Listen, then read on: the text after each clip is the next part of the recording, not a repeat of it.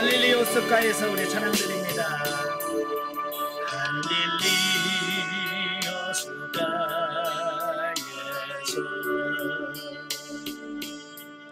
주님은 시몬에게 물으셨네. 사랑하는 시몬아, 넌 날 사랑하느냐. 꾸준히 양심하니 하십니다. 사마리아 물가에서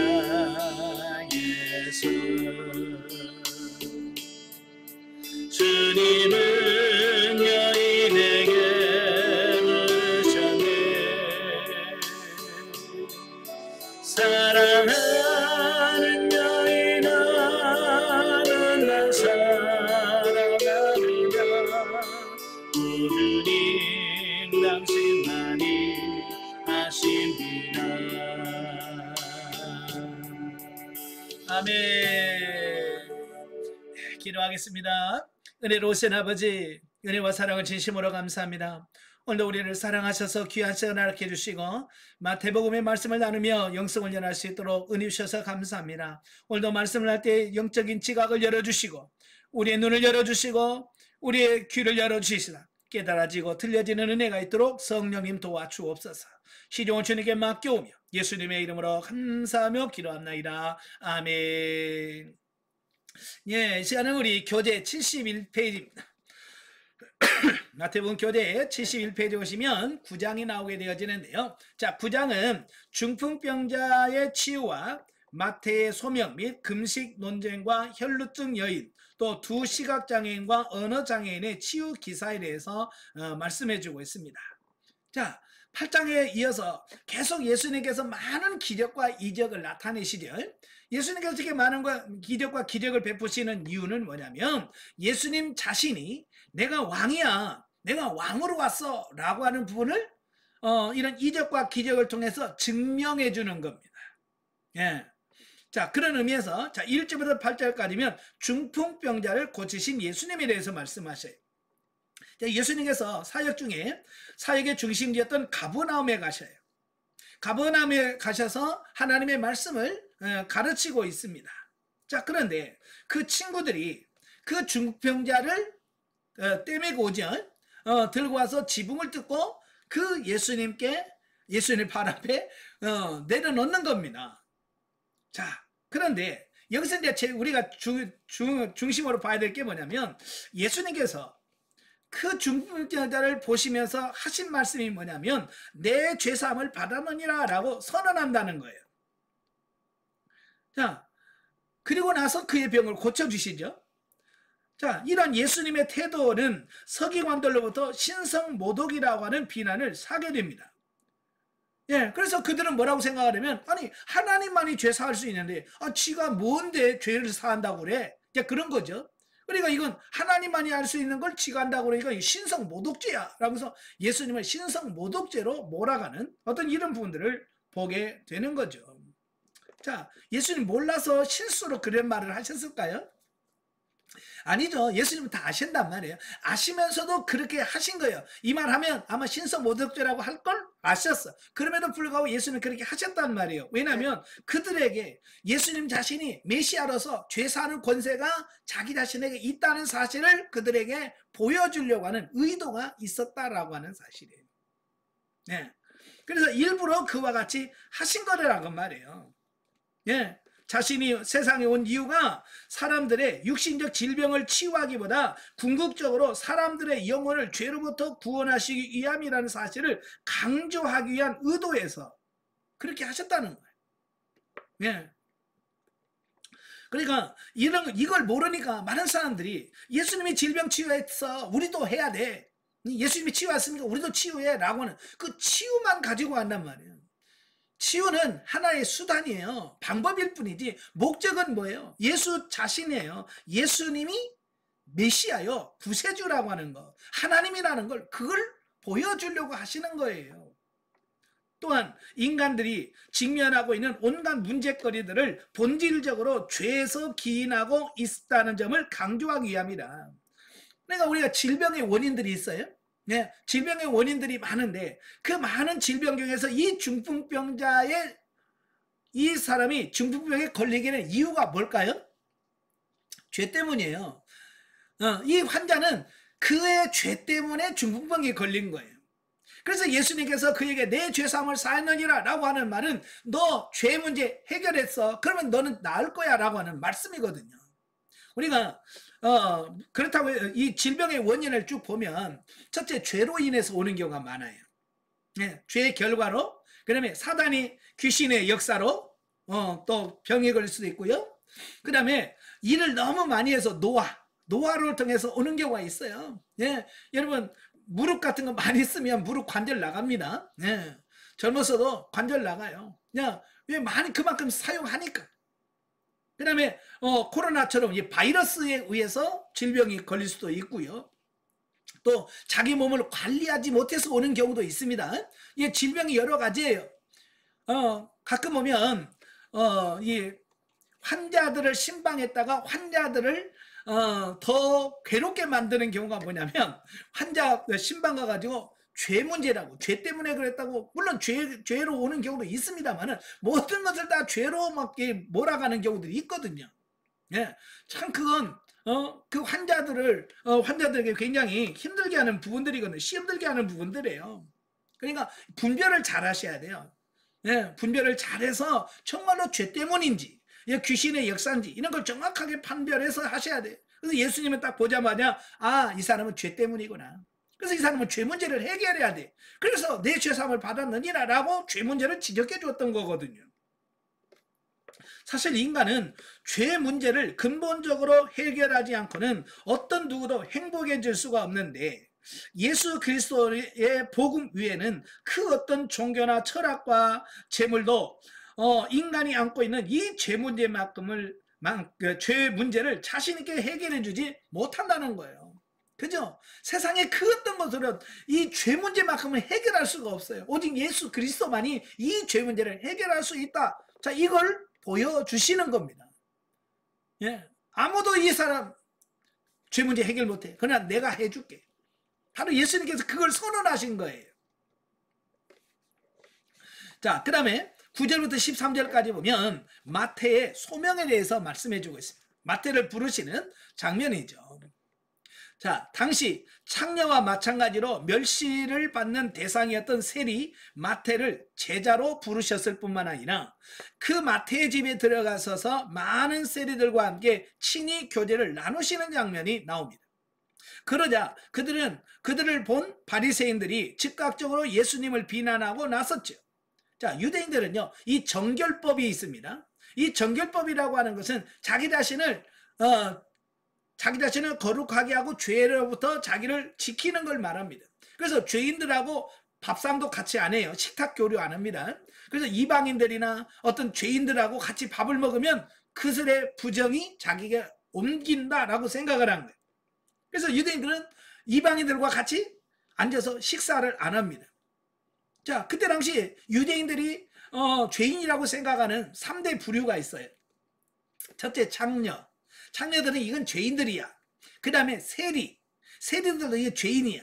그 다음에 이방인들은 죄인이야. 그래서 이 세 가지를 가진 사람들은, 유대인들은 식탁 교대도 안 하고 거래를 안 해요.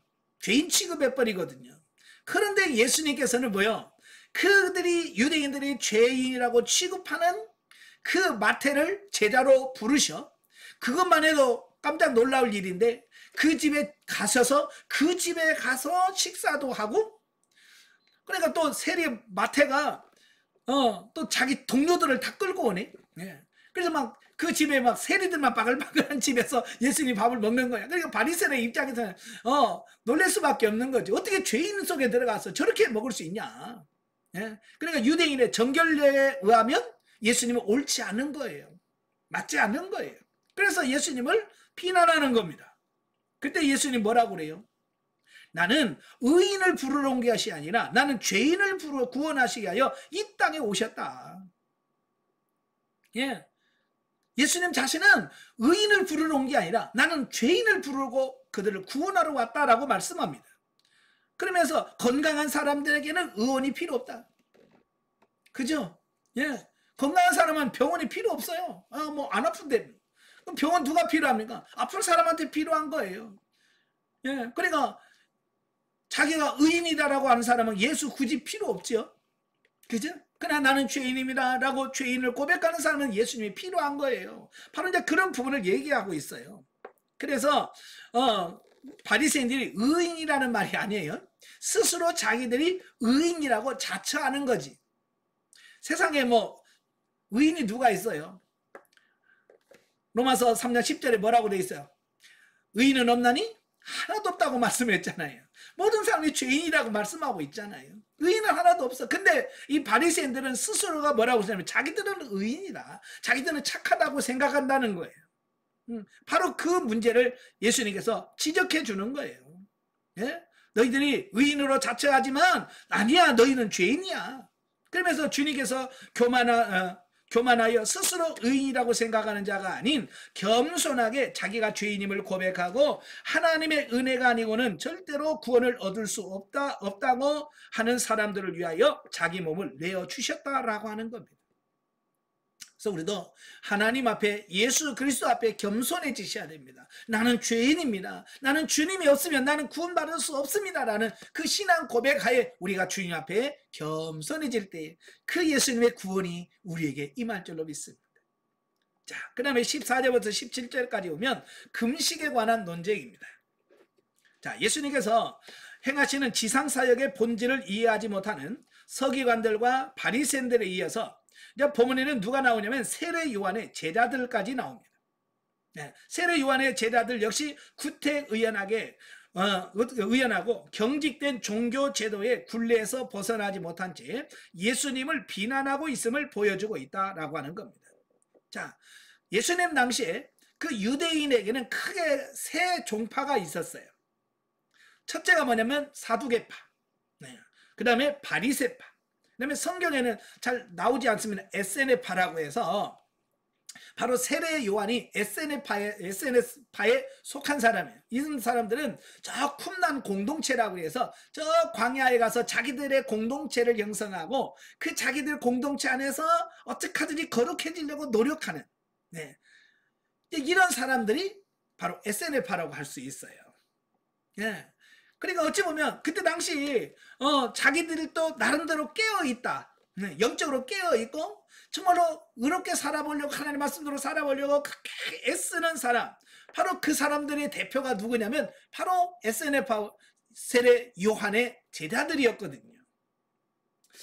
그런데 그런 제자들도 미처 깨닫지 못하고 예수님한테 와가지고 우리는 다 일주일에 2번씩 금식하는데 왜 당신들과 제자들은 금식 안 합니까? 자, 이렇게 얘기한다는 거예요. 그러니까 그때 당시 유대인들은 내가 참 경건하다, 이걸 뭘로 나타냈냐면 기도.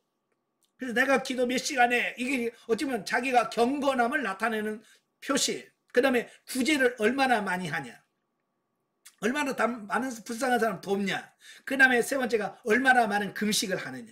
이게 자기가 얼마나 경건하냐라고 하는 것을 보여주는 3대 요소가 바로 3가지예요. 네. 그래서 가끔 우리나라도 그러죠. 그래서 저는 40일 금식 기도를 몇 번 했고 막 그러잖아요. 그 뭐냐면 그 금식 기도가 자기의 경건을 나타내는 어떤 표시라고 생각하는, SNS하고 똑같은 거죠. 뭐. 자, 그런데 바로 그때에 예수님께서 그들에게 뭐라고 그래요?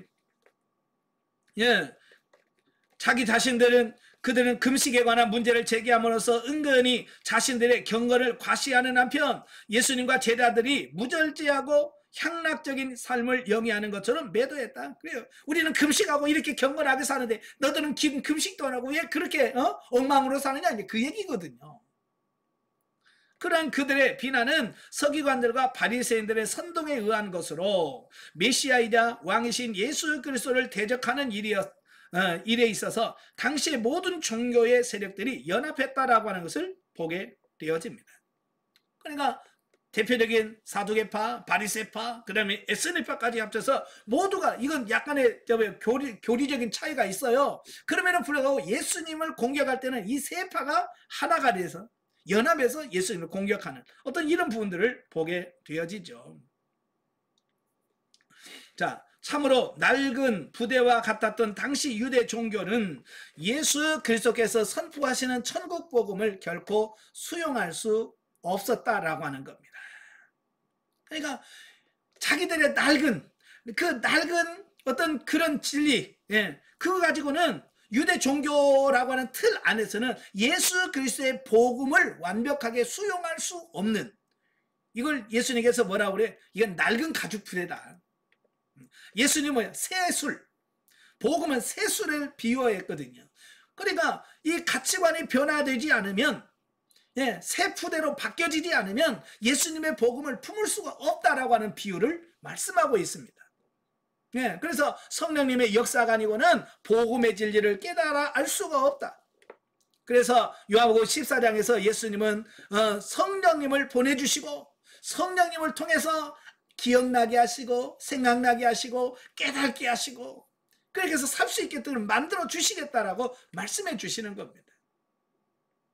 자, 그러므로 예수님께서 제시하신 역동적인 삶과 교훈을 받아들이기 위해서는 그야말로 전혀 새로운 자세, 완전 사고와 가치관이 바뀌어진 새로워진 이런 삶이 필요하다라고 하는 사실을 말씀해주고 있습니다. 그래서 영성훈련을 하게 되면 하나님께서 끊임없이 여러 가지 사건과 환경을 통해서 하나님이 하시는 작업이 뭐냐? 바로 우리의 사고와 가치관을 바꾸는 작업이에요. 우리 낡은 가치관을 깨트리시고 새로운 복음의 가치관으로 우리를 바꿔주시는 이런 부분이다라고 볼 수 있습니다. 여러분도 계속해서 기도하십시오. 내 가치관, 내 사고를 바꿔주세요. 육신에 머물렀던 이 사고를 영적으로 바꿔주세요라고 기도하셔야 돼요. 그 다음에 18절부터 34절에 보면 연속되는 치유 이적. 자, 본문에서는 예수님께서 여러 마을을 순회하시면서 천국 복음을 전파하시고 각종 병자들을 치유해 주신 내용이 소개되어 있다. 그 중에 대표적인 것이 회당장 야율의 딸을 다시 살리신 사건이 나오고요. 또 12회를 혈루증으로 앓던 여인을 고치신 사건이 19절 22절, 그리고 두 맹인의 눈을 뜨게 하신 사건이 27절 31절, 또 귀신 들려 말 못하는 자를 고치신 사건이 32절부터 34절에 나옵니다. 자, 예수님께서 이렇게 천국 복음을 전파를 하심과 동시에 뭐요? 각종 병을 고치시고 귀신을 물리치는 이적을 행하심으로써 자신의 초림과 함께 역동적으로 임한 하나님의 나라의 도래를 입증하셨다라고 하는 거예요. 그러니까 예수님은 하나님의 나라가 그냥 하나님의 나라라고 이렇게 있는 것이 아니라 그 하나님의 나라가 역동적으로 살아 움직이는, 그러니까 뭐 병자가 낫고 귀신이 떠나가고 하는 이런 실제적인 역동적인 삶이 나타나고 있다라고 하는 겁니다. 아시겠죠? 이건 뭐예요? 바로 살아있다라고 하는 뜻이거든요.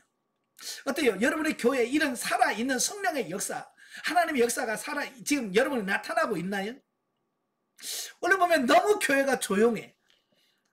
조용하다 못해서 다 잠잔다라고 생각해요. 하나님의 역사가 나타나지 않아요. 기도해도 역사가 나타나지 않고, 말씀이 선포돼도 그 선포된 말씀을 통해서 기적도 안 나타나고, 자, 그런 너무나도 역동적이지 않은 잠자는 신앙생활을 하게 돼요. 예수님이 하셨던 그런 하나님의 나라, 살아있는 믿음의 역사가 우리들 교회, 여러분의 교회에 나올 수 있어야 돼요. 그러기 위해서 어떻게 해야 돼요? 여러분이 기도하셔야 돼요. 우리 교회가 정말로 이런 역동적인 살아있는 교회가 되어지기를 위해서 기도하십시오. 아시겠죠?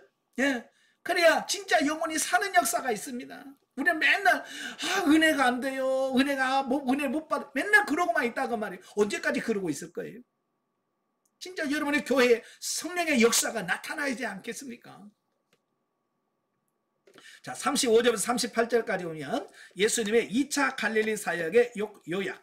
자, 보면은 지금까지 8장 9장에서 예수님의 2차 갈릴리 사역의 총정리 부분으로 여기에는 예수님의 순회 사역에 대한 간단한 묘사와 예수님께서 당신의 사역을 단순한 의무로 맹목적으로 행하지 않으시고 분명한 역사적 소명의식과 아울러 죄인에 대한 끝없는 연민을 가지시고 행하셨음을 강조하고 있다라고 하는 겁니다. 자, 그래서 예수님의 3대 사역이라고 할 수 있는 거 3가지죠. 그게 뭡니까? 가르치시고 천국 복음을 전파하시고 약한 자들을 병자들을 고치시는 사역. 이 3가지의 사역이 예수님의 3대 사역입니다. 바로 이 3대 사역은 오늘날 누구에게 이어지냐면 우리 교회에다가 주어지는 사명이다라고 볼 수 있습니다. 그래서 여러분의 교회가 바로 이 예수님께서 하신 이 3대 사역이 여러분의 교회를 통해서 지금 어떻게 해야 돼요? 나타나야 됩니다. 또한 이와 같은 일들을 보다 효율적으로 수행하기 위해서는 추수할 일꾼, 즉 영혼 구원의 사역에 헌신할 자들이 많이 필요하다라고 말씀해 주고 있습니다. 여러분, 하나님의 일은요, 하나님이 직접 하시는 게 아니라 하나님은 꼭 사람을 통해서 하나님의 일을 하셔요. 그러니까 사람이 있어야 하나님이 일을 하시는 거예요.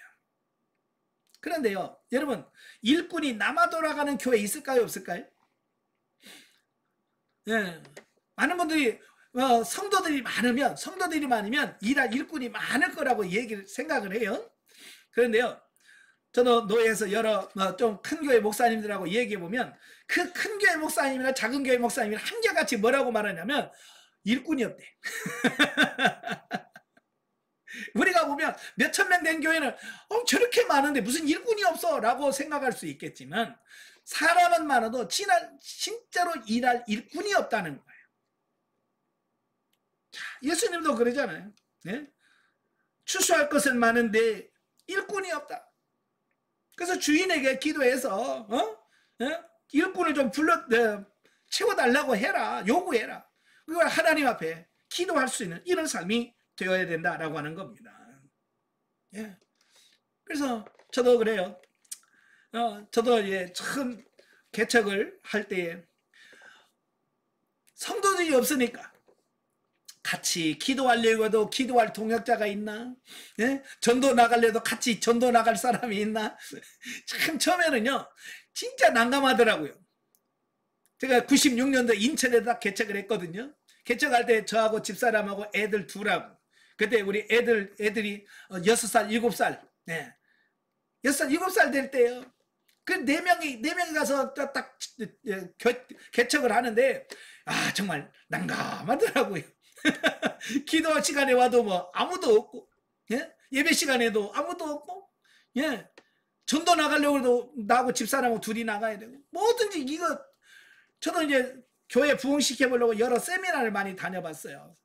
성도 교육은 어떻게 할 것이냐부터 시작해서 성도들 새신자 오면 어떻게 할 거냐 배우면 뭐예요?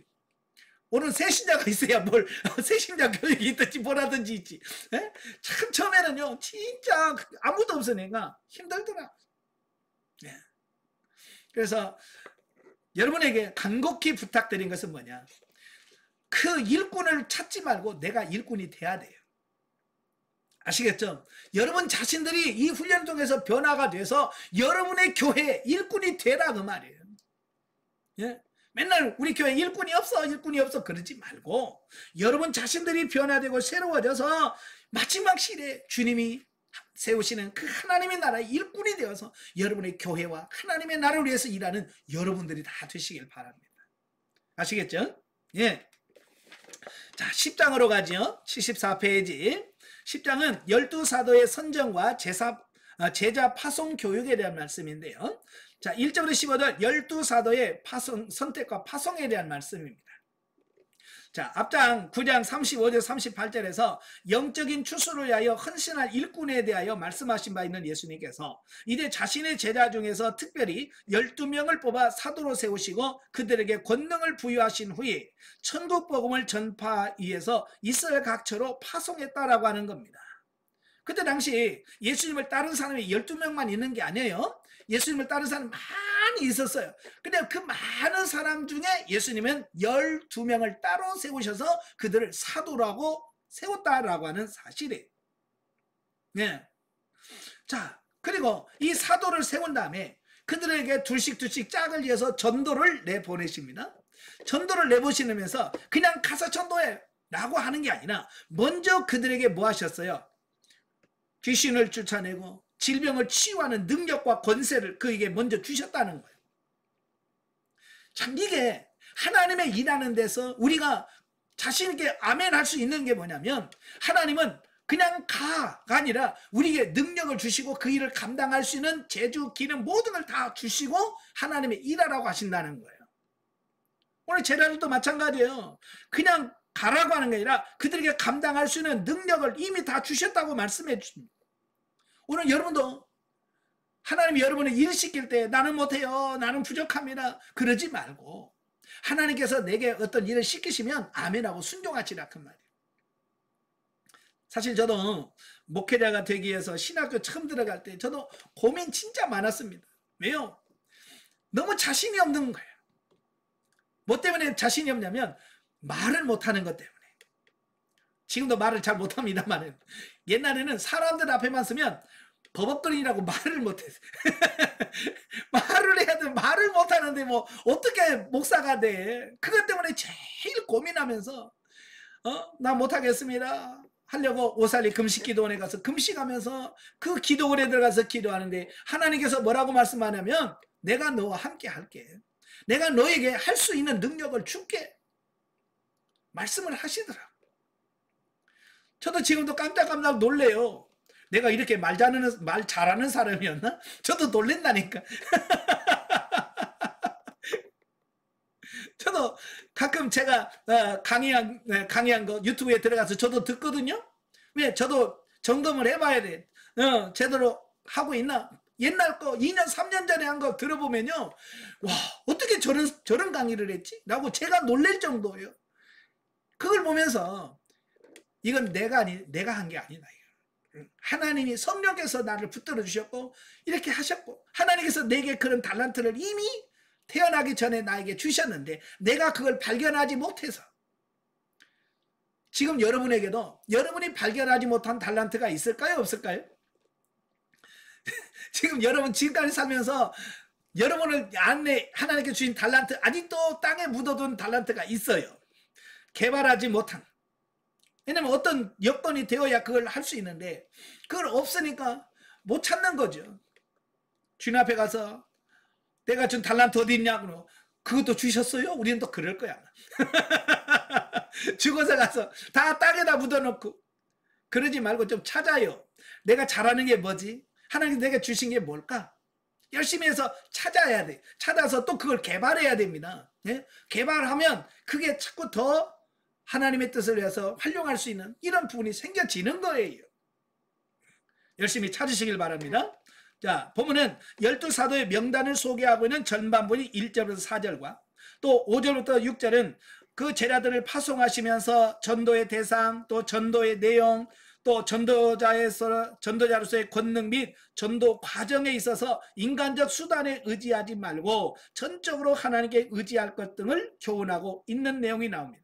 또 11절 15절에 보면 사도들이 자신의 전도 사역을 받아들이는 자의 반응 또는 결과에 연연하지 말고 다만 전도자로서의 사역에만 충실할 것을 교훈함으로써 모든 제자들에게 부여된 복음 증거의 사명을 좀 더 효과적으로 수행할 수 있는 비결을 가르쳐주고 있다라고 하는 겁니다.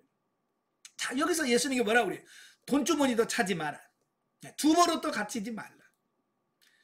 자, 그 말은 무슨 말이에요? 인간적으로 인간적인 수단이라든지 인간적인 방법이라든지 인간의 어떤 의지하는 이걸 내려놓으라는 겁니다. 오직 성령님만 의지하고 가라. 하나님만 의지하고 가라라고 하는 겁니다. 자, 많은 분들이 전도 나가서 안 된다고 이야기합니다. 왜 그럴까요? 전도 나가지 우리는 부담감이 많아요. 성경 구절 딸딸딸 외야지. 예? 그러죠? 그래서 복음 제시를 해야 되니까 그 복음 제시 다 암송해야지. 우리가 너무 잘해.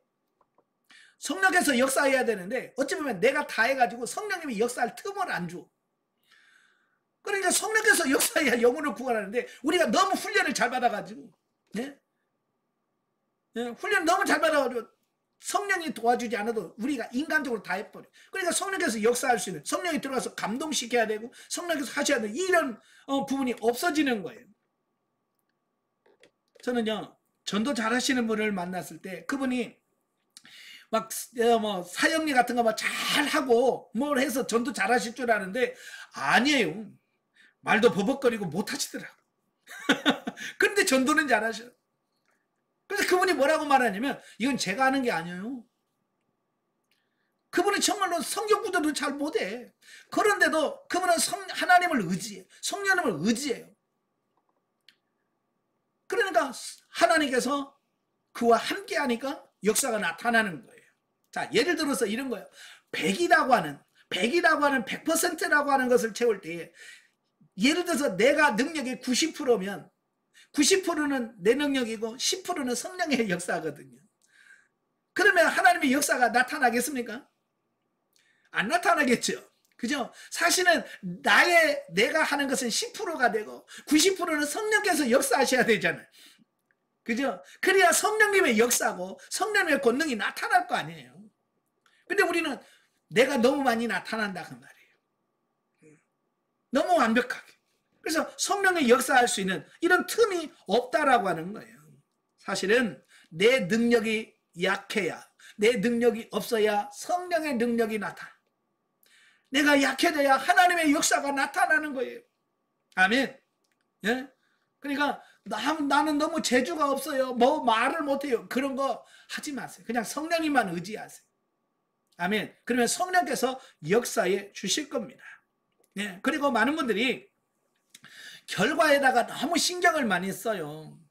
그게 뭐냐면 저는요 전도를 그렇게 많이 했는데요 열매가 없어요 라고 하는 말을 많이 해요. 그래서 나는 전도에 뭐 달란트가 없나 봐요. 난 전도 안 할래요. 이런 분들이 계시거든요. 여러분 사도 바울이 뭐라고 그랬어요? 나는 심었고 아볼로는 물을 주었으되 자라게 하시고 열매를 맺게 하시는 분은 하나님이시라 그랬어요. 여러분이 무슨 하나님이라고 열매까지 맺게 하십니까? 그죠? 열매는 하나님이 맺는 거예요. 그런데 우리가 할 수 있는 건 뭐예요? 예, 나는 심기만 하면 되는 거예요.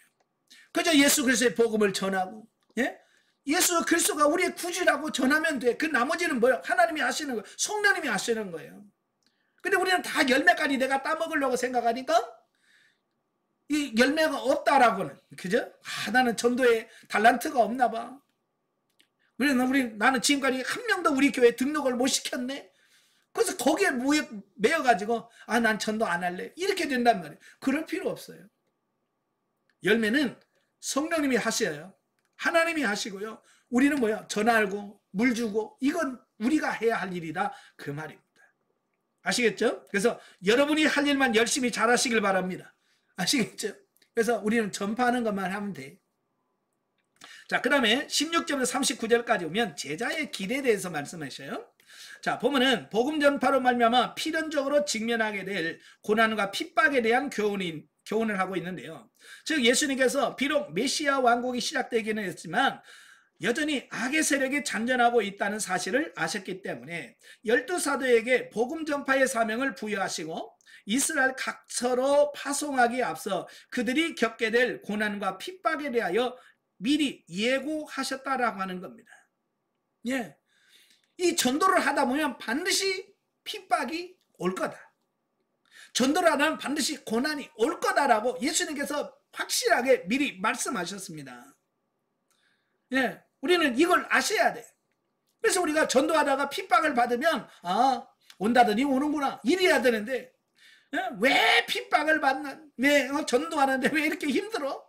그러면서 그것 때문에 또 실망하신 분들이 많거든요. 왜 하나님이 일하는데 왜 고난이 옵니까? 예. 여러분 고난이 반드시 옵니다. 하나님이 일하면 고난이 와요. 전도하는 핍박이 옵니다. 그건 당연한 거예요. 왜? 예수님이 이미 그렇게 말씀하셨어요. 그래서 이에 그들에게 예수 그리스도의 명령에 순종하여 복음을 증거하는 자로 그 어떤 고난과 핍박을 당하더라도 두려워하지 않는 용기와 결코 흔들리지 않는 믿음의 자세를 지니도록 촉구하고 계신 것이다. 아멘. 예, 그래서 전도하다가 힘들어도 낙심하지 마세요. 네, 그건 당연한 거라고 생각하시면 좋겠습니다. 아시겠죠? 예. 그 다음에 40절 42절까지 보면 전도자를 영접하는 자의 복.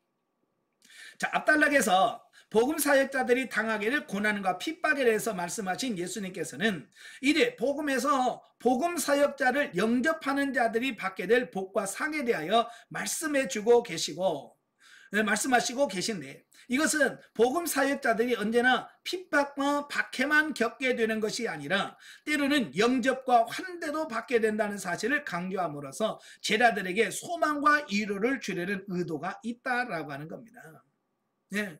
그러니까 전도할 때 핍박도 받지만 때로는 위로도 받고 접대도 받고 환대도 받는, 이런 하나님께서 중간중간에 우리가 너무 낙심하지 않도록 하나님께서 힘을 주시는 이런 부분도 있더라라고 하는 겁니다. 예. 제가 인천에서 교회를 개척했는데 성도는 없고, 그러니까 전도를 해야 될 거 아니에요. 그래서 마침 그 인천에 부평역이 있어요. 부평역 앞에서 전도하는 팀이 있더라고요. 네. 그래서 저도 이제 거기 가서 전도했습니다. 예수 전당 불신지옥 회개하라. 그러면서 외침 전도 1시간 하고, 예? 또 1시간은 이제 흩어져서 이제 지나가는 사람을 붙들고 복음 전하고, 일주일에 한 번씩 2시간씩 전도를 했습니다. 거기서 외침 전도 하다 보면 가게에서 시끄럽다라고 막 와서 때로는 멱살 잡기도 하고, 예? 추운 겨울날 막 물 진짜 찬물 바가지로 떠가서 붓기도 하고 그런 핍박을 당하기도 하지만, 더운 여름에 막 땀 흘리면서 예수전당 불신족 외치면 어떨 때는요, 그 시원한 음료수 사다가 그냥 발 앞에다가 전도하고 있는 그 앞에다 놓고 그냥 이렇게 하고 가. 그러면요 갑자기 무더운 여름이 무더운 여름같이 느껴지지 않아. 막 힘이 나. 그래서 뭐 음료수 한 병 그게 뭐 얼마나 대단한 거라고, 그죠? 근데 그게 힘이 돼. 저는 그걸 경험했거든요. 그래서 지금도 뭐 이렇게 시내나 이렇게 다니다가 보면 전도하는 팀을 보면 그냥 안 갑니다. 우리 교회가 아니고 다른 교회 팀이 전도하더라도 그냥 안 가요. 제가 호주머니에 지갑이 있으면 그 옆에 슈퍼라든지 약국에서 비타 500 한 박스라든지 아니면 뭐 이런 음료수 한 박스 이런 거 사서 그분들에게 드립니다. 아이고 고생하십니다. 수고하시네요 라고 전도팀들에게 주고 갑니다. 자, 안양에서 제가 목회할 때 바로 옆에 교회가 있었거든요. 그 교회는 매주 토요일마다 전도를 해. 그러면 저는 지나가면서 그들에게 항상 그 25시 LG 25시에 가가지고 비타 500 한 박스 사서 그들에게 주면서 수고하신다고. 예, 그분들은 제가 지나가면 기대를 해. 그게 뭐냐면 그 전도팀의 힘이에요. 내가 거기 가서 같이 예수 찾는 불신종 이런 거 안 해도 그거 하나로서 그들에게는 엄청난 힘이 되어지는 거예요. 여러분도 지나가다가 전도하는 팀을 보시면 돈 있으면 좀 그렇게 시원한 음료수라도, 겨울에는 따뜻한 차라도 이렇게 한 잔씩 해주시고요. 예? 그런 거 없으면 돈이 지갑을 안 가져갔더니 그러면 수고 많으십니다 하고 인사라도 해서 그 전도하는 팀에 용기를 불어넣는 거, 이것도 중요해요. 우리 교회 아니니까 그런 생각 마세요. 우리는 전 세계가 여러분의 교구예요. 아시겠죠? 우리 교회, 네 교회 따질 거 없어. 정말로 하나님의 복음을 진실하게 해서 이단 앞에 가서 또 수고한다고 하지 말아요. 이단들 앞에 가서 신천지 전도하는 데 가서 아이고 고생이 많으십니다 그러면 안 돼. 그런 데 가서는 아주 맹렬하게 좀 냉정하셔야 돼. 예. 저도 그래요. 이런 전도하는 사람 만나면 제가 그렇게 부드러워요. 근데 이단들 만나면 저는 까칠한 사람이 됩니다. 아주 냉정해요. 예, 그건 아니라고. 예. 예, 그래야 지금 명확하게 해줘야 되거든요. 어쨌든 전도자에게 영접을 하십시오. 왜냐하면 예수님께서 말씀하셨어요. 자, 한편 복음 전도자를 영접하는 것은 예수님을 영접하는 것이며 더 나아가서 하나님을 영접하는 것으로서 반드시 거기에는 상용하는 복과 상을 받게 된다는 사실을 성도와 그리스도와 성부 하나님 사이의 유기적인 연합을 보여주고 있다라고 하는 겁니다. 예. 그러니까 그런 전도하는 사람을 영접하는 것은 그냥 그 인간을 영접하는 게 아니란 말이에요. 그 사람을 영접하는 게 아니라 그 사람을 역사하시는 보내신 예수님을 영접하는 거고, 예수님을 영접하는 것은 곧 그를 보내신 하나님을 영접하는 것과 같다라고 그러는 거예요. 아시겠죠? 그러니까 여러분도 열심히 섬기셔야 돼. 그 성도를 섬기면 바로 그 안에 계신 예수님, 그 안에 계신 하나님을 섬기는 결과가 되어지는 겁니다. 그래서 많이 섬기시길 바랍니다. 교회 안에서도 마찬가지예요. 내가 직접 전도 못한다면 그 교회 안에 전도팀이 있잖아요. 전도팀에 가서 전도용품 좀 사서 공급도 해주고, 예? 때로는 좀 봉투도 주면서 좀 전도 열심히 하시라고, 고생하신다고. 그래서 전도팀에 좀 봉투에서 좀 주시고, 그러면 그들도 힘이 나서 열심히 할 거 아닙니까? 그러면 뭐요? 나는 전도 안 해도 내가 전도팀을 섬김으로써 뭐요? 전도팀의 상을 내가 받는 겁니다. 아시겠죠? 열심히 심으시길 바래요. 자, 영적에 보죠. 32절 33절에 보면 하나님을 시인하는 삶에 대하여 말씀합니다. 영적인 의미에서 하나님을 시인하는 것은 일거수일투족을 하나님의 주권을 인정하며 수종드는 것이며, 매사 모든 일이 하나님의 허용하심 하에 있음을 알고 대적하지 않고 순응하는 것을 말한다 라고 말씀하고 있습니다. 예. 항상 여러분 삶 속에서 하나님께 묻고 주님께서 말씀하시는 대로 순종하시는 여러분 되시기 바래요. 자, 11장으로 갑니다. 자, 11장은 예수님과 세례 요한의 질의응답 및 복음을 받아들이지 않는 땅에 대한 책망과 구원회로의 초청의 말씀입니다. 1절부터 15절까지면 세례 요한과 예수님의 질의응답에 대한 말씀을 하시는데요. 앞부분 8장 1절부터 10장 41절에서 예수께서는 권세 있는 가르침과 초자연적인 이적을 통하여 자신의 왕적 권능을 입증하였었다. 그럼에도 불구하고 서기관들과 바리새인들과 심지어 세례 요한의 제자들까지 노골적인 반감을 드러낸 바 있었다. 그런데 메시아이기를 예비하는 사역자로서 예수님을 가리켜 세상 죄를 지고 하는 하나님의 어린 양이라고 말한 적이 있는 세례 요한마저도 이제 자신이 헤롯 안디바에 의하여 감옥에 갇히게 되자 예수님께서 구약 성경에 예언된 메시아인지 의구심을 품게 되었다. 그래서 그는 자신의 마음속에 떠오르는 의구심을 풀기 위하여 제자들을 예수님께 보냈다. 자, 이게 무슨 말이냐면 세례 요한이 누굽니까? 예, 세례요한이 예수님을 향해서 보라 세상 죄를 지고 하는 하나님의 어린 양이다 라고 선언했고, 예수님을 심지어 세례까지 베푼 사람이 세례요한이야. 그래서 예수님이 확실하게 하나님께서 예언하신 메시아라는 것을 믿었어. 근데요, 시간이 흘러가면서 세례요한은 자기가 생각했던 메시아관과 예수님이 하시는 일이 이게 연결이 안 되는 거예요. 이 세례 요한도 그 메시아가 오면 어떤 메시아를 꿈꿨을까요? 세례 요한도 어떤 메시아냐면 정치적 메시아를 꿈을 꿨어요. 그게 뭐냐면 로마의 속국에 있는 이스라엘 백성들을 해방시켜서 다윗과 솔로몬 시대와 같은 그런 강한 왕국을 건설하는 게 메시아 왕국이라고 생각했어요.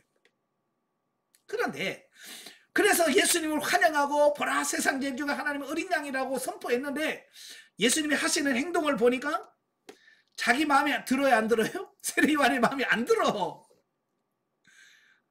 예수님께서 칼을 빼들고 나를 자르라 그래야 되는데 예수님 그러질 않으셔. 맨날 산골짜기에 불륜이 돌아다니면서 사람들 모아놓고 뭐 병이나 고치고 이런단 말이에요. 그러니까 이 세례 요한이 기대했던 메시아와 너무 안 맞는 거예요. 더군다나 자기는 헤롯 안디바에게 그 헤로디아 사건 때문에 책망했잖아요. 어떻게 자기 동생의 아내를 이혼시키고 그 이혼한 여자를 아내로 삼을 수 있느냐, 이건 옳지 않다 라고 책망을 해. 그러니까 기분 나쁘니까 헤롯이 세례 요한을 감옥에다 가둬놔 버렸어요. 그러니까 이제 감옥에 빠져 있죠.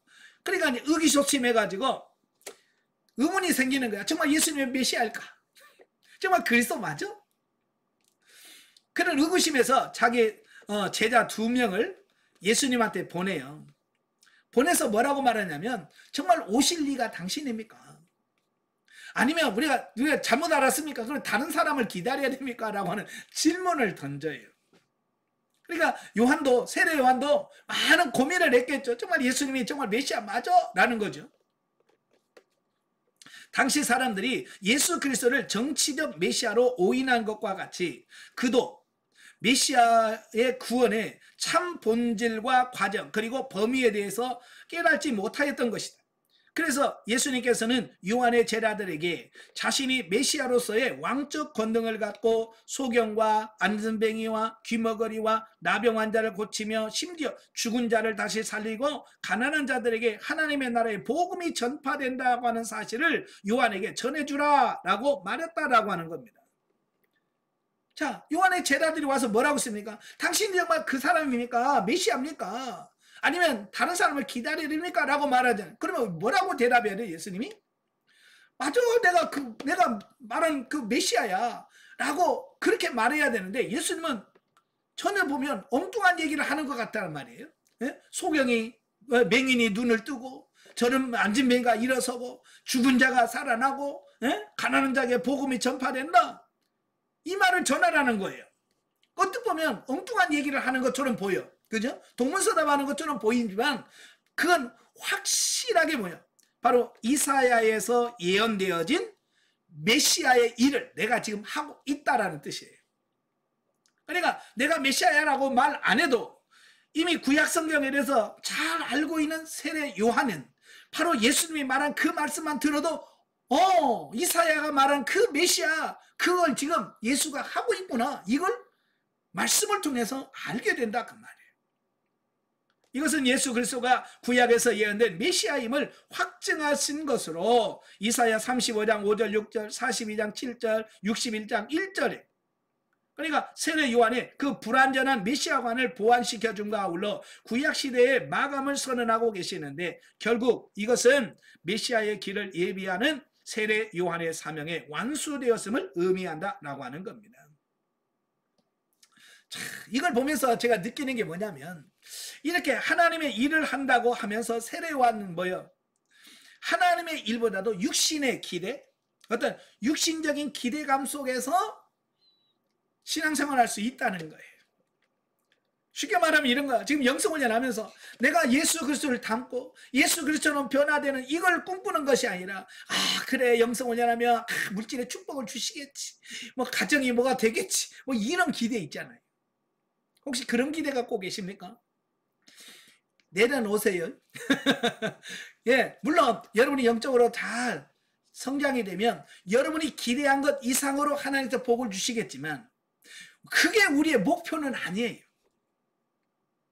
우리는 정말 내가 예수 그리스도를 닮고 변화되는 이게 목표예요. 그러면 그 다음에는 하나님께서 내가 구하지 아니한 것까지 하나님께서 책임져 주시고 주신다는 말이에요.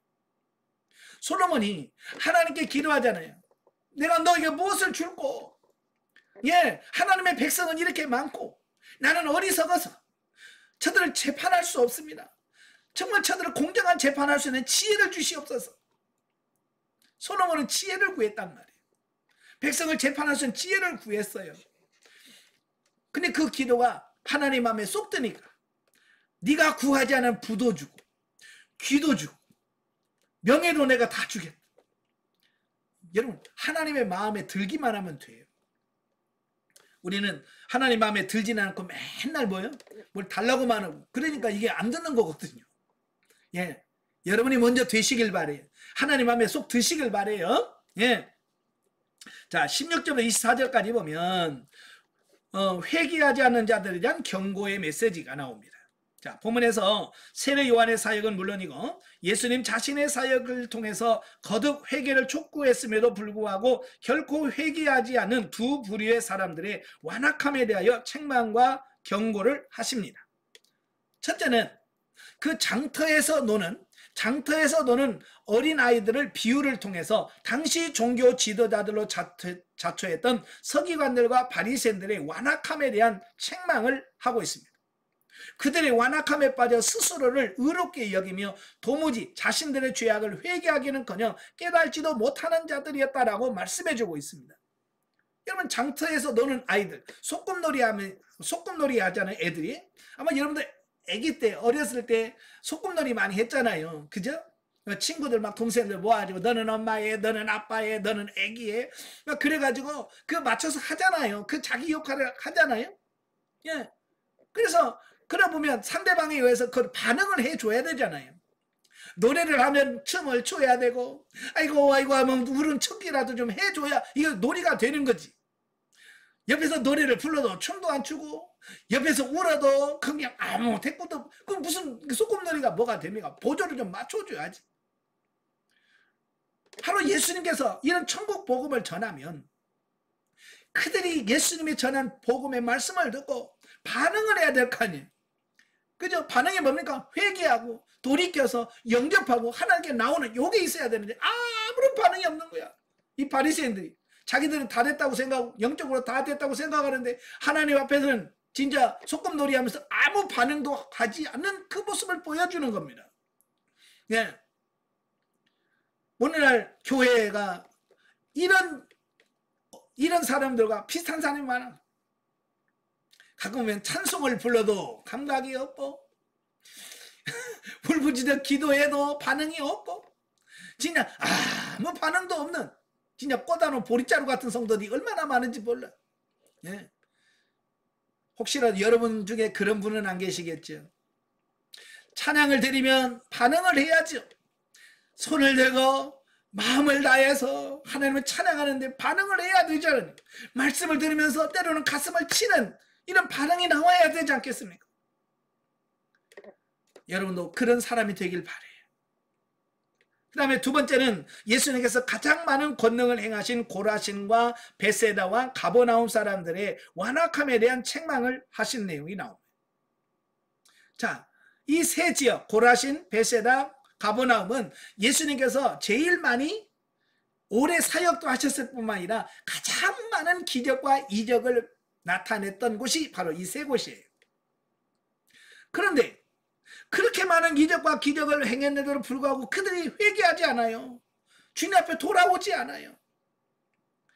이들은 예수님께서 전파하신 하나님의 계시의 말씀과 많은 이적과 권능을 직접 목도했었다. 그럼에도 불구하고 그들은 예수님을 메시아로 알지 못했고 회개하지도 않았으며 오히려 복음을 배척하고 메시아를 거부했다라고 하는 겁니다. 그 많은 기적을 경험했는데 왜? 이걸 통해서 오늘 우리에게 깨닫게 하시는 게 뭔 줄 알아요? 기적이 전부가 아니다라고는 것을 말씀해 주고 있습니다. 저도요 목회하면서 무슨 생각을 했냐면 그래 기적이 나타나면 많은 사람들이 깨지고 변화되겠지. 그래서 맨날 제가 기도했던 게 뭐냐면 하나님 저희 교회에 기적과 이적과 표적이 나타나게 주옵소서. 손을 얹으면 귀신이 떠나고 병자가 낫게 하시고 맨날 제가 전도사 때 기도한 게 그거예요. 저는 그렇게 기적이 나타나면 사람들은 변화가 나고 새로워질 거라고 생각을 했어요. 근데요 성경에 보면 예수님도 그렇게 죽은 자를 살리고 뭐 물고기 2마리와 보리떡 5개로 5,000명을 먹이는 기적을 일으켰던 것이 바로 베세다거든요. 그런 기적을 행했지만 정작 그곳 사람들은 그런 기적을 경험하고도 안 믿어. 이건 뭘 말하냐? 이적과 기적을 가지고 사람을 변화시키지 못한다. 진짜 사람을 변화시키는 게 뭐예요? 말씀과 성령의 능력이에요. 말씀이 들어가야 되고요. 성령이 역사해야 돼요. 예, 아시겠죠? 그래서 따라서 예수님은 바로 이와 같은 자들의 완악함을 멸망받는 소돔과 고모라 성의 죄악을 비유하면서 엄히 책망하심과 어울려서 심판을 경고하십니다. 여기서 우리는 복음의 양면성을 발견하게 되어지는데요. 자, 복음을 듣고 믿음과 순종을 하면 구원을 받고 그 복음과 말씀에 불순종하면 심판이 임한다라고 하는 것을 말씀해 주고 있습니다. 오늘 여러분도 마찬가지예요. 이 영성적인 이 말씀을 듣고 여러분이 그 말씀대로 순종하면 여러분 놀라운 변화와 능력이 있을 거예요. 그러나 강의만 듣고 변화가 없다면 나중에 천국에 가서 하나님의 백보자 심판받을 때 혼날 거예요. 내가 너 영성훈련까지 시켰는데 응? 그렇게 안 변했냐라고. 내가 너를 그렇게 해서 영성훈련까지 시켰는데 그렇게 안 변하고 왔냐라고 혼날 거예요. 예. 영성을 안 받은 사람보다 더 혼나. 내가 안 변하면. 예. 그래서 변화되시기를 바랍니다. 혼나기 전에. 아시겠죠? 예. 25절부터 30절까지 보면 참된 안식회로의 초청이 나옵니다. 자, 보면에는 그 천국 구원회로의 초청 및 회개하고 예수께로 나오는 자들이 누리게 될 참된 안식에 대한 예수님의 약속이 소개되어지고 있습니다. 사실 예수님께서는 인생의 모든 짐으로부터 인간을 단번에 해방시켜서 진정한 자유와 안식과 만족을 가져다 주기 위해서 친히 세상에 오셨고 또 자신의 몸을 희생제물로 주신 것이다. 자, 이것을 통해서 인생의 참된 행복이 세상의 재물과 권세로 보장되는 것이 아니라 오직 예수 그리스도의 왕적 통치를 받아들이고 그분이 주시는 안식을 누릴 때 비로소 보장된다고 하는 것과, 예. 자, 많은 사람들이 지금 신앙생활하고 있는 우리도 많은 소가 그게 뭐냐면 세상의 재물과 이런 세상에서 이런 부분들이 많아야 내가 행복하고 누릴 수 있다라고 생각하는, 전혀 그렇지 않아요. 돈 많다고 행복한 거 아니에요. 돈 많다고 누리는 거 아닙니다. 하나님께서 우리 안에, 주님이 내 안에 들어오셔서 나를 통치하고 나를 다스리는 하나님의 나라가 내 안에 실현되었을 때 돈이 없어도 행복할 수 있고요. 세상에 그 어떤 것이 없어도 참된 자유를 누릴 수 있게 되어지는 거예요.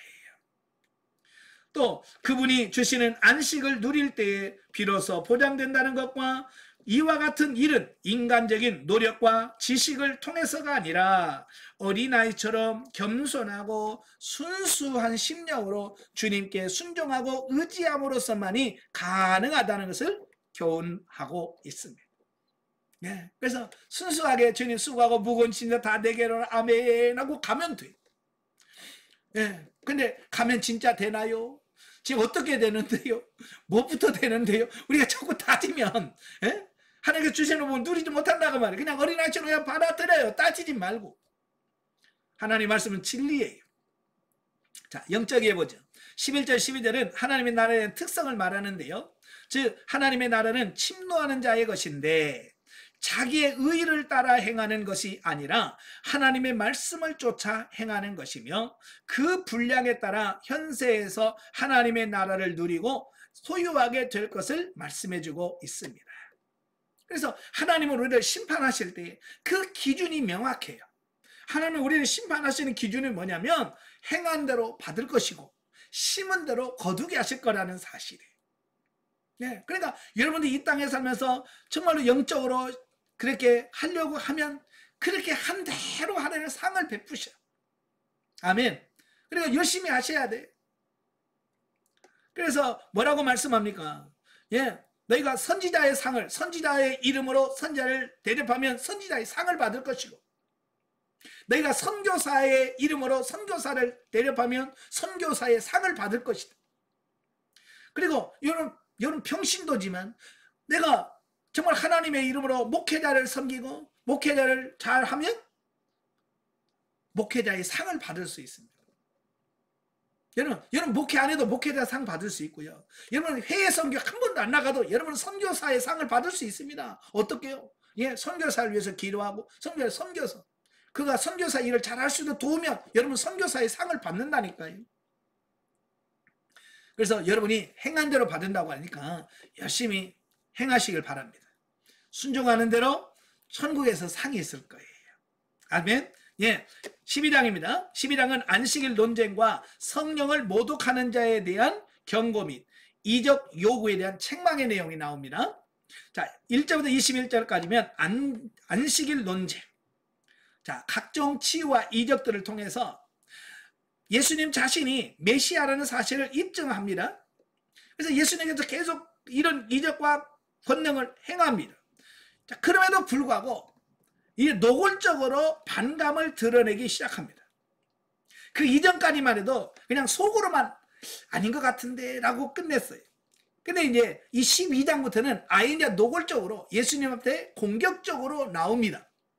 예, 그래서 어떻게 하면 예수님을 잡아 죽일까 고민하면서 이제 어떻게 예수님을 고발할까? 그래서 고발할 틈만 찾는 어떤 그런 부분이 되어지는 거죠. 자, 그 중에서 예수님께서 안식일 규정을 준수하지 않았다라고 비난하기 시작을 합니다.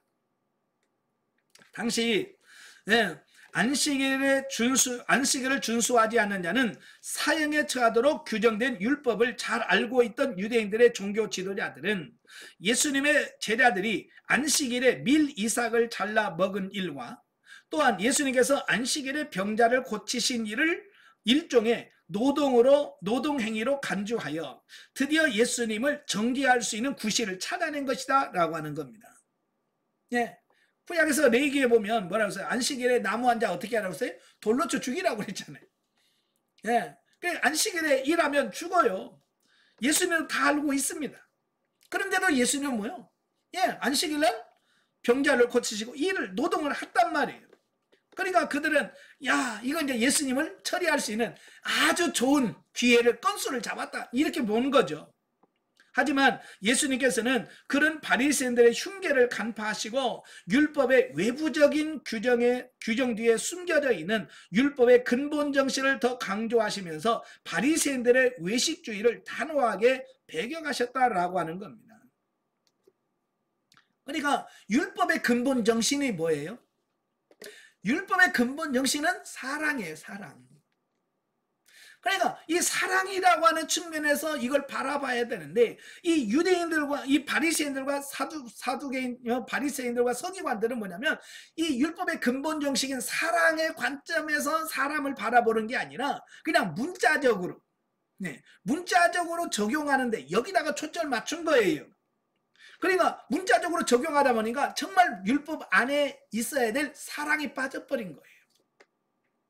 예, 그러니까 하나님 말씀을 가지고 그냥 문자적으로 적용해서 사람들을 정죄하고 비난하고 이렇게 돼버리는 겁니다. 왜? 사랑이 빠지니까.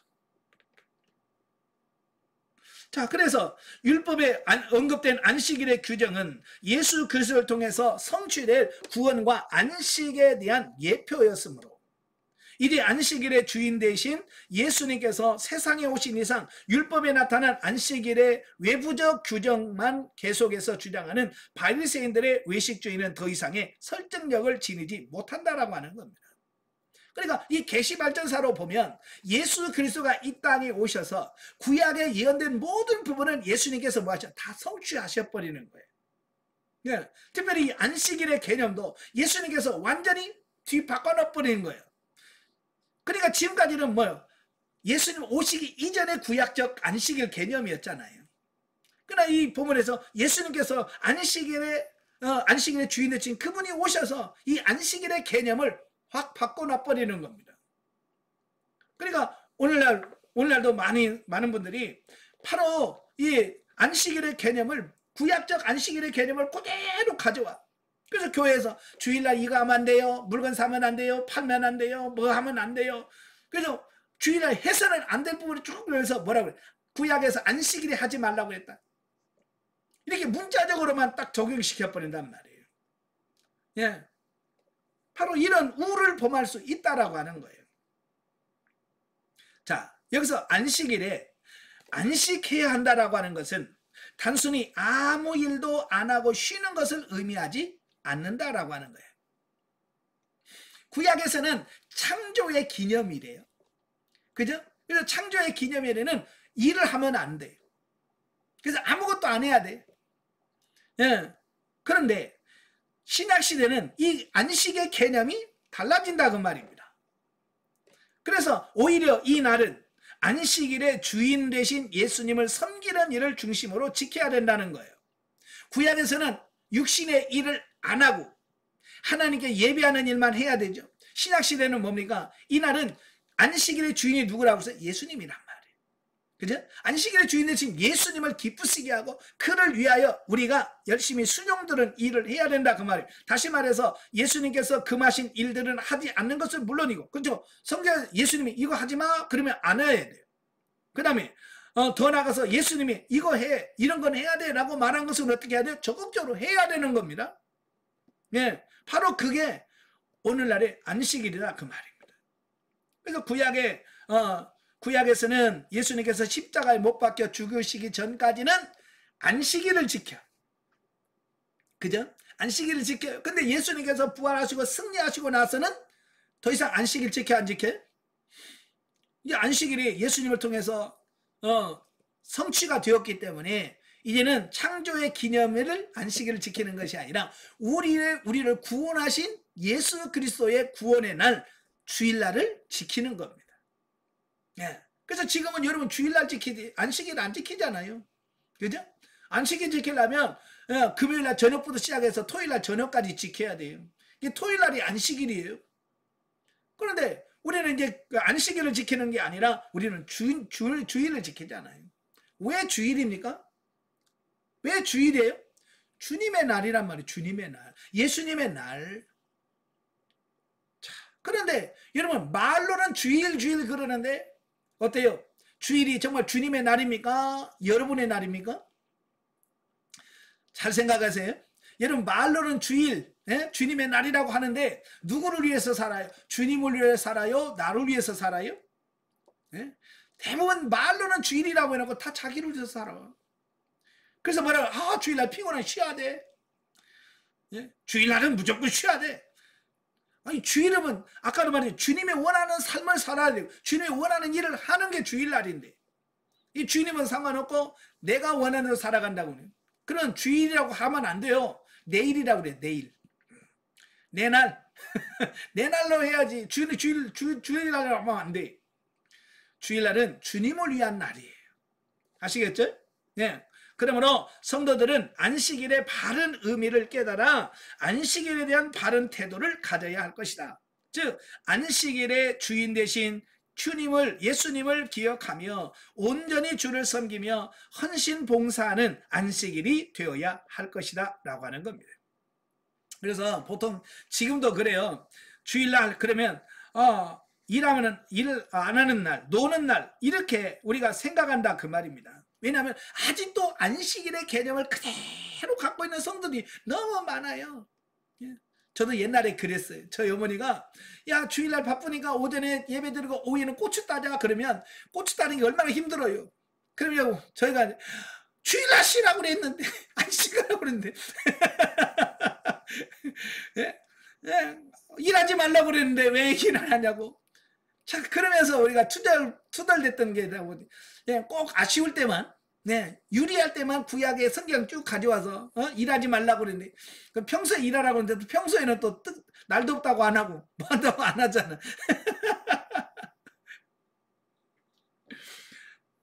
자, 그래서 이제는 어떤 겉으로 드러나는 어떤 행위가 아니라 정말 누구를 위하는 날인가? 주일날은 나를 위한 날인가? 주님을 위한 날인가? 거기서부터 접근을 해야 됩니다. 자, 그 다음에 22절부터 37절까지면 바알세불 논쟁. 자, 앞단락에 이어서 이제 율법의 안식일 규정을 어겼다라고 예수님을 비난하던 바리새인들이 이제 본문에서는 귀신 들려 눈 멀고 말 못하는 자를 고치신 예수님의 이적을 바알세불의 능력을 힘입어서 고쳤다라고 모함을 했다라고 하는 거예요. 예수님이 하나님의 능력으로 말 못하고 눈먼 귀신을 쫓아내서 치유를 시켜주니까 이 바알세불을 힘입어서 이와 같은 능력을 행했다라고 예수님 비난했다라고 하는 거예요. 여러분 이 바알세불이라고 하는 말은 파리떼의 왕이란 뜻이에요. 파리떼의 왕. 그러니까 여러분은 그는 잘 모르시겠지만 여러분 무당들도 우리나라에 무당들 있잖아요. 무당들도 계급이 있습니다. 그들 나름대로 계급이 있어요. 그 계급은 뭘로 따지냐? 그들은 신을 모신다고 그러잖아요. 신을 모시는데 그 신이 어떤 신이냐? 그래서 이 귀신을 받아들이는데 이 동자신, 그러니까 애기 동자들 있잖아요. 애기 귀신을 섬기는 사람은 그 무당 세계에서도 가장 핫발이에요. 그러니까 이런 다 세계가 있단 말이에요. 그러니까 이 신들 세계에서도 이 바알세불은 그때 당시 모든 신들 중에서 제일 핫발이, 제일 능력도 없고 힘도 없는 신 중에 하나가 뭐냐면 파리떼 왕이라니까. 파리떼를 관장하는 그 신이라고 하니까 얼마나 이렇게 신 중에서 계급이 낮겠습니까? 그죠? 근데 그걸 힘입어서 이 일을 했다라고 예수님 완전히 깔아뭉개는 거예요. 그러니까 예수님께서 거기에 대해서 반론을 제기하시는 겁니다. 그래서 예수님은 그럴 수 없다라고 말하는 첫 번째가 뭐냐? 먼저 통일된 조직체 내에서의 분열을 파멸을 초래하는 것으로서 귀신의 왕의 능력을 힘입어 귀신을 쫓아낼 수 없다는 거예요. 귀신을 통해서 귀신을 쫓아낼 수는 없다라고 말하는 겁니다. 그건 같은 나라의 분열과 같은 현상이라고 하는 거예요. 그 다음에 나무의 열매가 그 나무에 필연적인 관계가 있는 것처럼 예수님의 정체도 사역에 대한 판단 및 선한 사역을 행하시는 자신의 선한 분임을 보이심으로 그들의 모함이 모순된 것을 반증한다라고 하는 겁니다. 그게 뭐냐면 이런 거예요. 자, 만약에 예수님이 바알세불을 힘입었다면 그렇게 귀신 들려서 눈 멀고 말 못하는 자로 고칠 수 있겠느냐?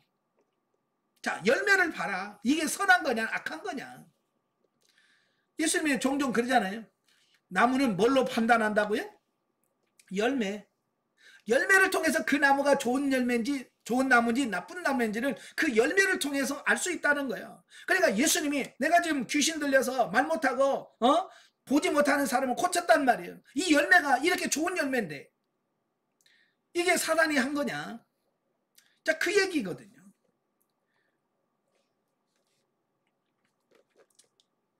자, 즉 자신의 이적이 결코 귀신의 왕 바알세불의 힘을 이용하는 것이 아니라 성령의 능력으로 말미암는 것으로 이미 예수님을 죽이기로 작정한 당시에 종교 지도자들이 사사건건 예수님을 정죄하려고 애쓰는 것은 정작 자신들의 행위가 사함을 받지 못하는 성령님을 모독하는 죄에 해당된다라고 말씀하고 있다라고 하는 거예요. 자, 여기서 성령님 모독죄가 뭐냐? 성령 모독죄는 성령의 역사인 줄 알면서도 이를 고의적으로 거부하고 또 죄를 깨닫게 하며 회개케 하시는 성령님의 감동 감화하심을 의도적으로 배척하는 것을 말하며 성령님을 모독하는 죄가 사함을 받지 못하는 이유는 성령님의 역사를 거부하는 것이 참회와 중생에 이르는 모든 가능성을 완전히 막아버리는 일이 되기 때문이다라고 말씀하는 겁니다. 그러니까 성령 모독죄가 뭐냐? 이건 성령께서 역사하는 걸 알면서 고의적으로 이건 귀신이에요 라고 고의적으로 거부하는 거. 이게 성령 모독죄라고 하는 거예요. 그러면 왜 성령을 모독하면 사함을 받지 못하냐? 자, 구속사에 보면 성부 하나님은 구원을 계획하시고 성자 예수님은 그 하나님의 계획을 성취하시고 성령 하나님은 예수님이 이루어신 성취하신 그 구속사역을 각 개개인에게 적용하고 완성시키는 사역을 성령님이 하시는 거예요. 그러니까 각 개인에게 적용해서 완성하시는 분이 성령님인데 그 적용하고 완성하신 그 성령님을 거부해버리면 예수님이 이루어신 그 구속사역이 내게 적용이 돼야 안 되겠어요? 안 되죠. 그죠? 이거에 적용돼야 되는데 그걸 성령님 그 적용하는 것을 성령님이 하시는데 그 성령님을 거부해버리면 결과적으로 예수님의 구속사역이 나에게 아무런 의미가 없어진다. 그래서 구원과 상관없게 되어버리는 거야. 그래서 성령님을 모독하면 구원을 받을 수가 없게 되어진다라고 말씀하고 있는 거예요.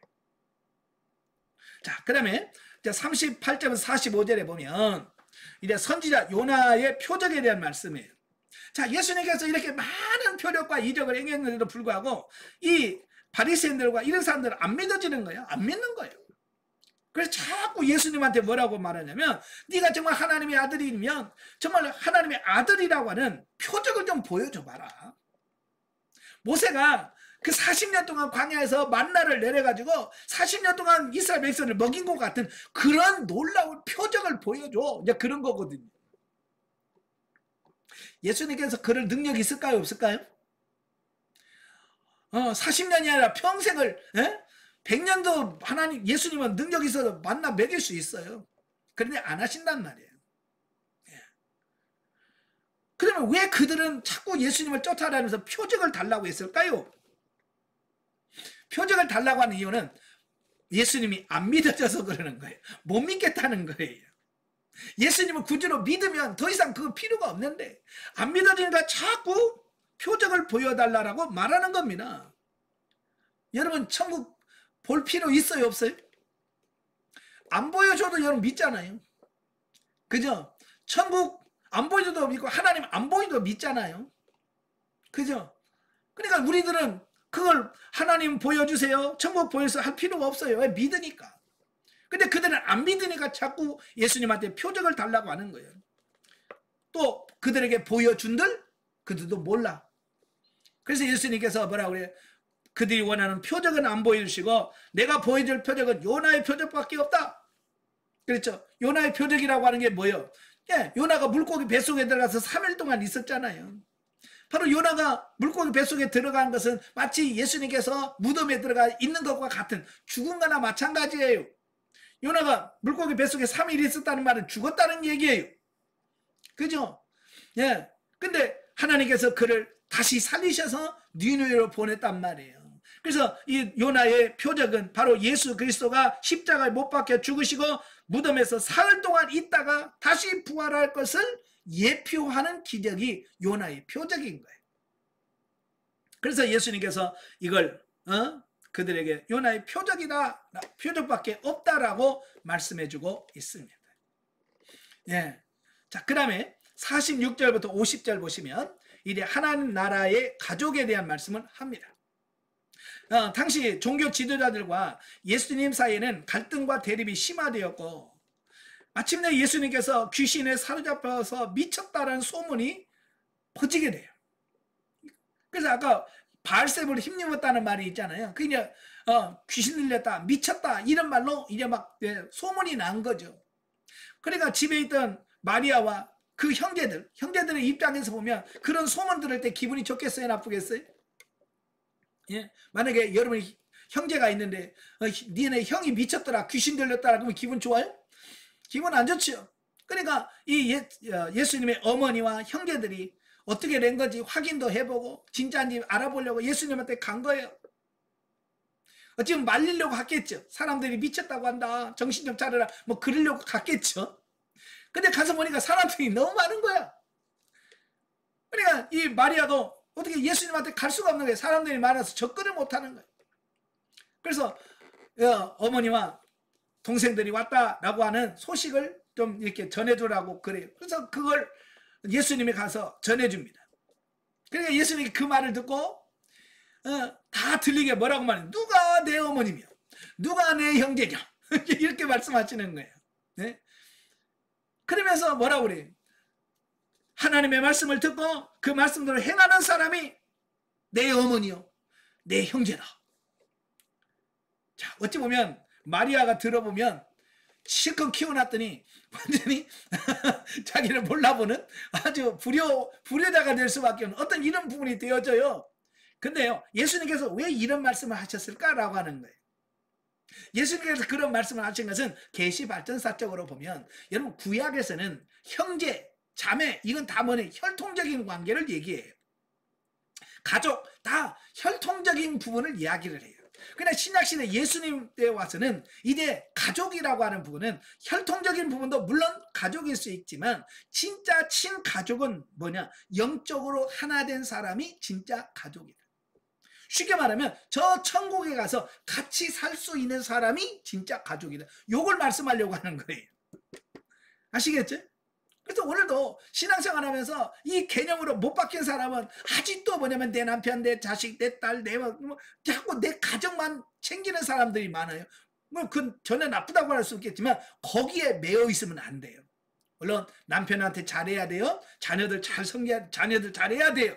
그렇지만 거기만 매이면 안 됩니다. 우리는 이제 천국에 가서 같이 천국에서 누릴 형제 자매들이에요. 그러니까 진짜 천국에 가서 누린 형제 자매는 누구냐면 바로 지금 여러분 옆에 같이 훈련을 받고 있는 이 성도님들, 같이 교회에서 신앙생활하고 있는 이 성도들이 천국에 가서 다 여러분의 형제 자매가 될 사람들이에요. 가족이 될 사람들이란 말이에요.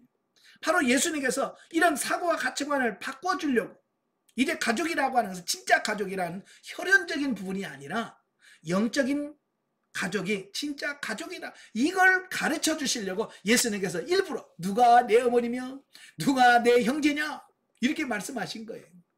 자칫 잘못하면 가족도 몰라보고 이런 예수님을 아주 파렴치 안으로 몰려고 하는 그런 거 아닙니다.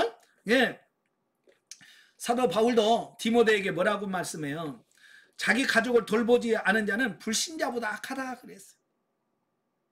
예, 가족과 친척들, 여러분 주변에 있는 힘들고 어려운 가족과 친척들을 여러분 잘 챙기시길 바래요. 그게 하나님의 뜻이기도 해요. 그러나 거기에 매이지는 마십시오. 아시겠죠? 그래서 천국에 가면 여러분 다 가족입니다. 영적인 가족이에요. 그러니까 교회 성도들 잘 하십시오. 왜? 천국에서 가족으로 살 분들이에요. 그래서 교회에서 절대 싸우지 마십시오. 아시겠죠? 네, 기도하겠습니다. 은혜로우신 아버지 감사합니다. 오늘 여러 가지 말씀을 들었습니다. 우리의 사고와 가치관이 바뀌어지지 않는 한 우리는 정말로 하나님의 말씀에 따른 주님의 자녀가 될 수 없습니다.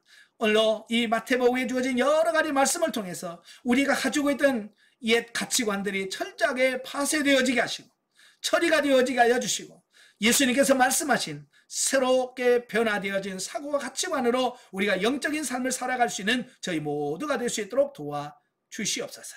예수님의 이름으로 감사하며 기도합나이다. 아멘. 하나님께 드립니다.